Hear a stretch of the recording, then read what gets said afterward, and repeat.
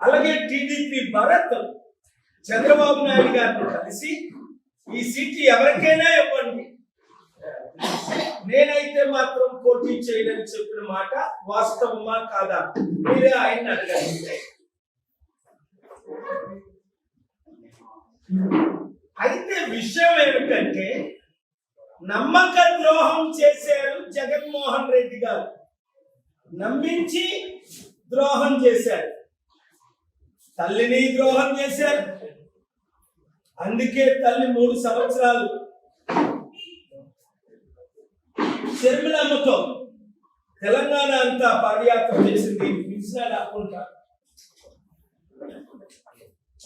నన్ను జైల్లో పెడతారు నువ్వు రాకపోతే అంటే ఇప్పుడు ఏదో 2-3 మీటింగ్కి వస్తానన్నారు.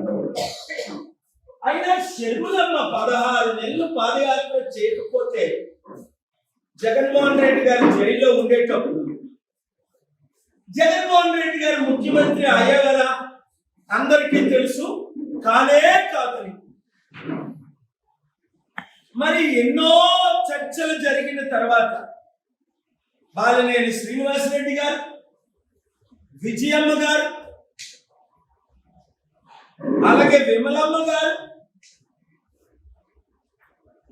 సొంతంగా తను ఇన్ని చర్చలు జరిగిన తర్వాత ఓపిక పట్టలేక తండ్రిని ఎఫ్ఐఆర్ లో చేర్చిన పార్టీలోనే తను చేరి పిసిసి పదవిని తీసుకొని జగన్మోహన్ రెడ్డికి సతాయిలు వేస్తూ చిత్తుగా ఓడించడానికి, చంద్రబాబుని గెలిపించడానికి లోకేష్ కేక్ పంపించింది క్రిస్మస్. సత్యమా కాదా? మరి నేను 5 సంవత్సరాలు అనుకున్నాను. నేనే గాని అమిత్ షా గారితో 11 సార్లు, సిబిఐ డైరెక్టర్ పాత ఆయన జైస్వాల్ గారితో ఒకసారి, అనకూడదు సుప్రీం కోర్టు చీఫ్ జస్టిస్ గారితో ఒకసారి, జగన్ వాళ్ళ ఎమ్మెల్యే ఉంటుంది బీజేపీలో ఉన్నాయన కనీసం ఇన్వెస్టిగేట్ చేయకుండా జగన్మోహన్ రెడ్డి గారిని ఏ 10లో ఎలా చేర్చుతారా అని అనకూడదు. కానీ ఎంత ఫైట్ ఇచ్చానో ఇక్కడే విశాఖపట్నం నుంచి 12 గంటల ప్రయాణం చేసి కర్నూలు వెళ్ళి అవినాష్ రెడ్డిని కలిసి ఆయన మోకరిస్తే ఆశీర్వాదాలు ఇచ్చి ఆయనకి బెయిల్ ఇవ్వకపోతే బెయిల్ ఇప్పించారు, ఫైట్ చేశారు.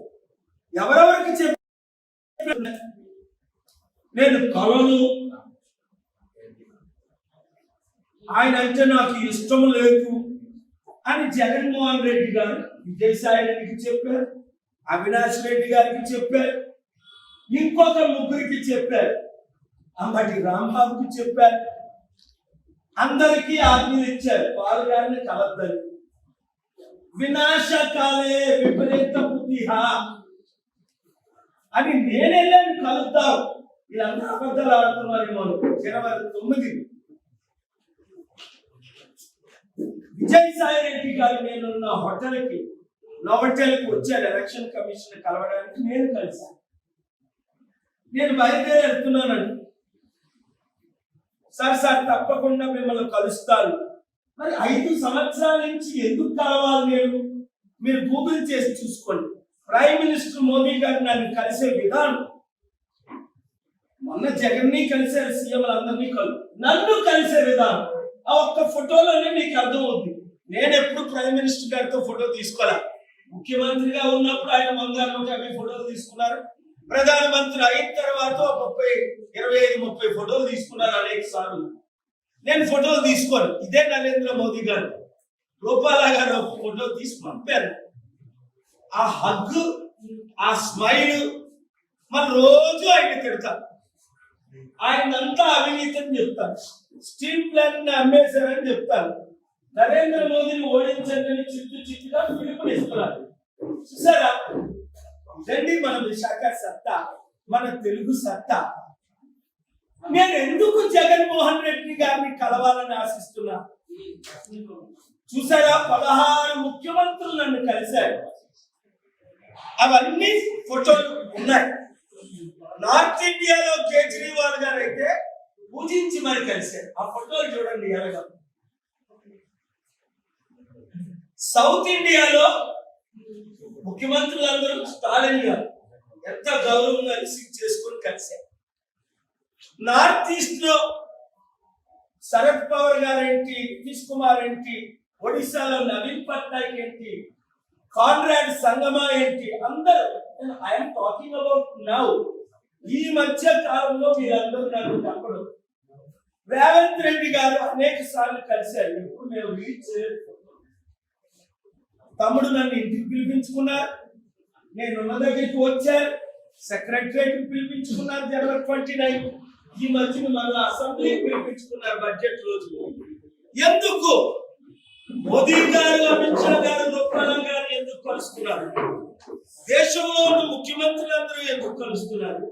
మన చంద్రబాబు నాయుడు, జగన్ మాత్రం ససేమేరు ఎందుకు కలవట్లేదు? ఎప్పుడైనా ఆలోచించారా మీరు? మీడియా మిత్రులారా ఎప్పుడైనా వాటిని ప్రశ్నించారా? మీకు అవకాశం ఇస్తారా వీళ్ళు మీరు ప్రశ్నించడానికి? మీడియా మిత్రులు కూడా వారు చేసే ట్రీట్మెంట్ చూస్తే మీకు డబ్బులు ఇస్తారేమో, ఆ లోకల్ రిపోర్ట్ వైజాగ్ భోజనం పెడతారేమో, కానీ మర్యాద లేని, గౌరవం ఇవ్వని ముఖ్యమంత్రులు వీరిద్దరే. ఇంతమంది ముఖ్యమంత్రులు నేను చూశాను, కానీ గౌరవం ఇవ్వని ముఖ్యమంత్రులు వీరు. మీకు డబుల్ బెడ్రూమ్లు ఇచ్చారా? రికగ్నిషన్ ఇచ్చారా? సర్టిఫికేషన్, అథెంటికేషన్ ఇచ్చారా? ఇస్తానని ఏమైనా మీ ద్వారా గుర్తుందా? మా బ్రదర్ ప్రతి జిల్లాలో కలెక్టర్ తో మీటింగ్ పెట్టి మీలో 15 సంవత్సరాల క్రిందట 2007 వరకు మీడియా మిత్రుల ద్వారా అనాథుల్ని పంపండి, ఎమ్మెల్యేల ద్వారా వితంతులు పంపండి, ఎంపీల ద్వారా. ఎప్పుడు మీడియా ప్రెస్ మీట్లు పెట్టి మా బ్రదర్ నా క్లిప్పింగ్లు పెట్టేవారు. మీడియాలో మీరు చెప్పండి, ఎక్కడ అనాథులు ఉంటే తీసుకొచ్చేయండి, వితంతులు ఉంటే తీసుకొచ్చేయండి, బీద ప్రజలు ఉంటే. ఓన్లీ విశాఖపట్నంలో 40-50 వేల మంది వితంతులు మేము ప్రతి నెల ఇదే ఆఫీస్ నుంచి 200 మంది స్టాఫ్ ప్రతి నెల డబ్బులు పంపించేవారు. 81లో స్టార్ట్ చేశారు, 89లో స్పీడ్ చేశాము, 2007 వరకు కొనసాగించాం. ఇప్పుడు అక్కపాత నడుపుతున్నాయి, ఎందుకంటే మన అకౌంట్లు అన్ని సీజ్ అయిపోయి. పాపం మిమ్మల్ని కూడా నేను సరిగ్గా చూడలేని పరిస్థితి తీసుకొచ్చాను. అయినప్పటికీ నేను ఇచ్చిన మాట దైవ మాట. నేను ఎంపీగా గెలవడం ఖాయమని 4 లక్షల నిరుద్యోగులు విశాఖపట్నంలో, 2 లక్షల స్టీల్ ప్లాంట్ ఎంప్లాయీస్, 4,20,000 మంది క్రైస్తవులు, బడుగు బలహీన వర్గాలతో పడే బ్రదర్స్ అందరూ ప్రార్థనలో చేరిపోయారు. 18 లక్షల్లో 12 లక్షల మంది కమిటీ అయ్యారు. మరి అది ఓటుగా మారాలి అంటే బూత్ కమిటీలు వేయాలి. మీ సహాయంతోనే నేను అది చేయగలను.